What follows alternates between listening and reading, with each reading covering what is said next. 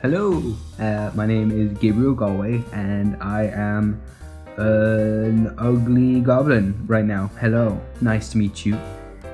Today, I am going to go through my top 10 tips for any new DMs out there. People who are getting used to the game, who want to start a new campaign and don't know where to begin. Oh my god! Oh my god! Have no real experience or anything. I'm just gonna go through some things I think will help you, help you out with your game. So here we go. Tip number 1, start small. Don't start with a big sprawling map. Don't go writing massive amounts of lore. That's my next point. Start small. Start with a small town with a few NPCs and a single quest. Have a single villain behind the curtain pulling the strings of the dungeon, and that's it. There is no need to write up masterful plot twists along the way. You don't need to write a novel. You don't need to build an entire world. There's all these people out there like DMs like Critical Role and Dimension 20 with these massive intricate campaigns and things. Don't do that. It's not going to work, especially for your first time. Just start small. First time.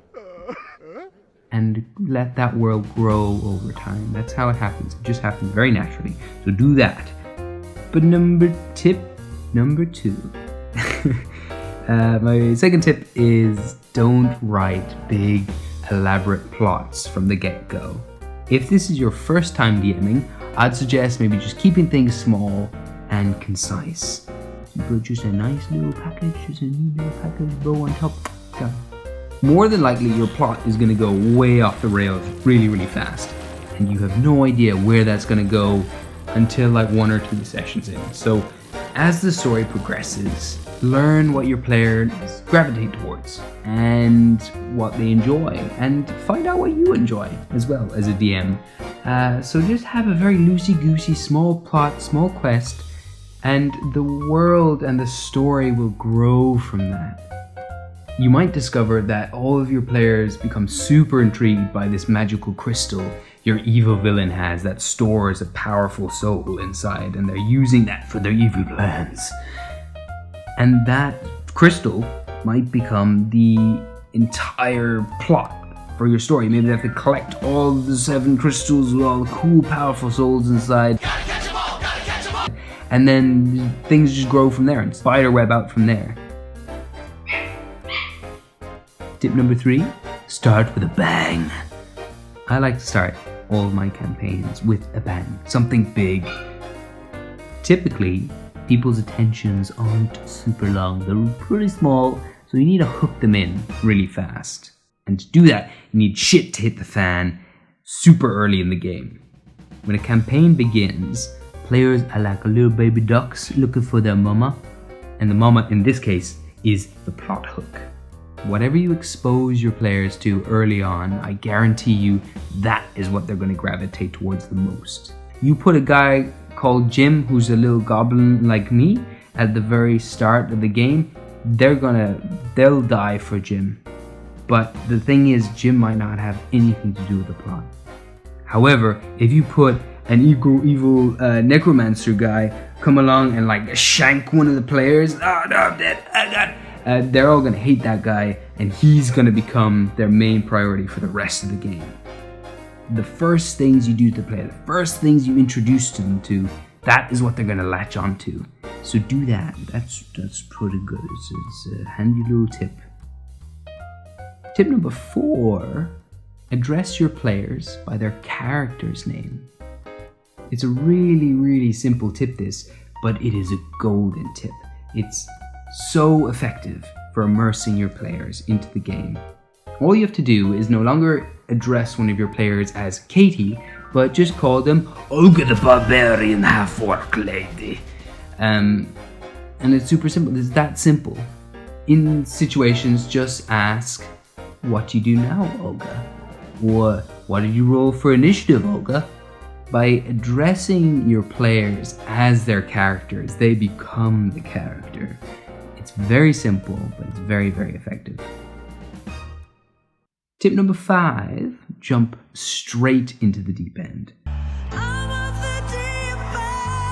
As daunting as it might seem at first, don't be scared. Dive straight into character. Put on voices. Or simply change your body language when you begin voicing your NPCs.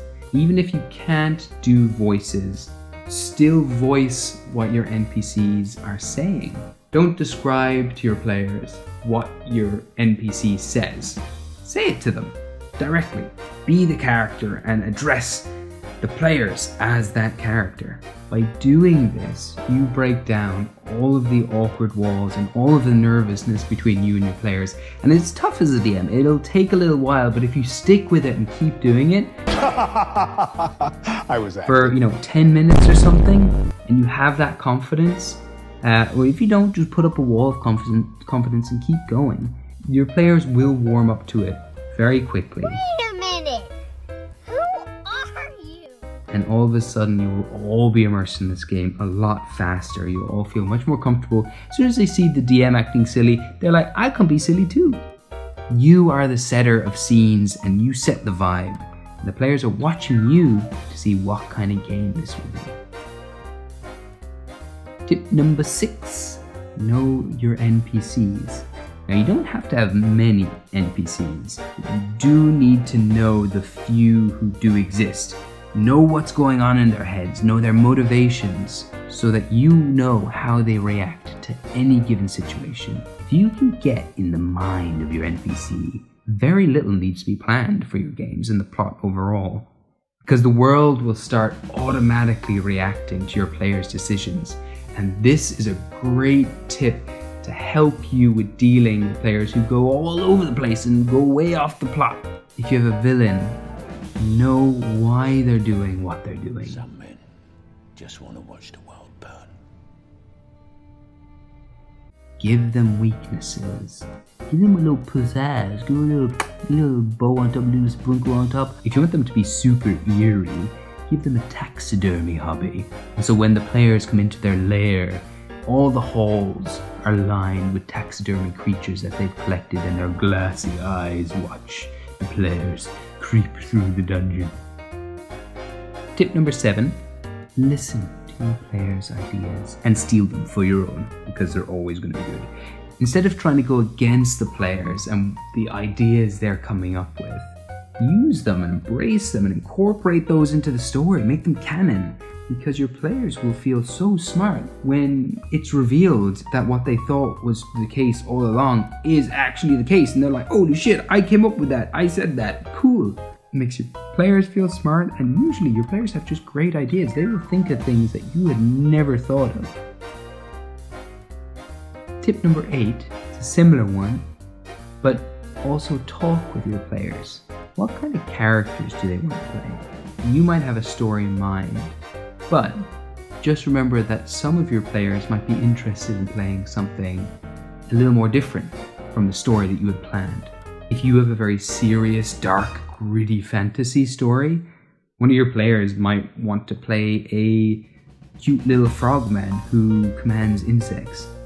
And your first instinct might be to discourage them, to knock the idea on their head and be like, hey, stop, this is my campaign. You gotta make a character to fit my campaign. Instead, do have a think and chat with your player and see if you can find a way to find the best of both worlds. If they want to play a frogman, maybe this frogman has been cursed and he used to be a beautiful, handsome prince, and now he has to put up this lovely, goofy front to make everyone believe that he's in control.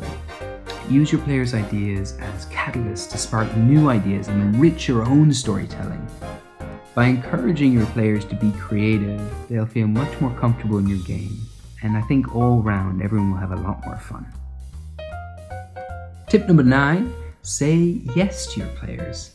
When we start off as a DM, we can get very, very precious about the story that we've written. We don't want it to change too much And it is super scary going down a path blind when your players go completely off the road that you'd set out for them, and now all of a sudden you have no idea where they're going, you have no idea what's happening. But if you ask me, this is where the most fun can happen. You're now in a territory where you and your players are improvising off one another. And in my opinion, this is the good shit. This is the gold dust of D&D. This is where it really shines. And tip number 10 is getting back on track. Because as fun as it is to go off the rails and have things spiral into chaos, you will eventually have to bring it back on track and give a bit more structure to the game. Now, do not go around and throw down a wall of guards in front of the players to ward off a certain area where you don't want them to go. And don't go around knocking them out and dragging them somewhere so they wake up somewhere you want them to be. There are much better ways. The most simple way to do this is to give their characters a reason. Just give me a reason to go along with the story. Because if they have no reason, no motivation, then why would they ever do that? Why would anyone go out of their way and put themselves in near-death situations unless it was personal, unless there was something of deep interest to be gained from it? This can tie back into my starting things with a bang point. During the start of your campaign, give your players a motivation to pursue this story, and you can wrap up these motivations before the game even begins. Put them into your players' backstories. Have your big bad murder a loved one of theirs, and they're hunting that person down now. Revenge is a very strong motivation. Again, like I said, the necromancer can show up and stab one of the players. Oh no, my guts. And now all of a sudden they're like, hey, I want to get you back because you stabbed me in the guts. I would avoid having gold be a motivation. Because number one, it's kind of boring. But also, it only really works if one of your players is obsessed and motivated heavily by gold. That's their whole thing. But what motivates much more are personal stories. And so I ask you to listen to your players, find out what kind of characters they play, and then leave little breadcrumb trails for them to follow right at the start of your story that have personal value, be it wealth or revenge or an item that's been stolen for them. Or, for the animal lovers out there, a horse named George who can't be set free until you destroy the necromancer. Or, for your more chaotic players who want to laugh, it could be some gnarly-ass goblin with 3 fingers and a wizard hat who promises them a good wild time if you'll follow me into the depths of hell. Whatever makes them laugh, whatever makes them interested in the game, whatever just seems super fun, whatever has personal weight, use that. These are your tools. And there we go. Thank you for watching my video that I have made. Thank you for checking me out, and I hope that I can make another video. If you enjoyed this, let me know, because this is new. Yeah, I'm gonna go now back to my doggy who's playing in the background. But I'll see you later, maybe, if this is a cool thing that people like. Okay, have fun with your games, and don't be afraid to be wacky. Let me know what your first games were like. If you had a first game, tell me how it went. If this helped you, that would be super cool to know. Okay, have a lovely day. Goodbye. I'm gonna go back into the ether.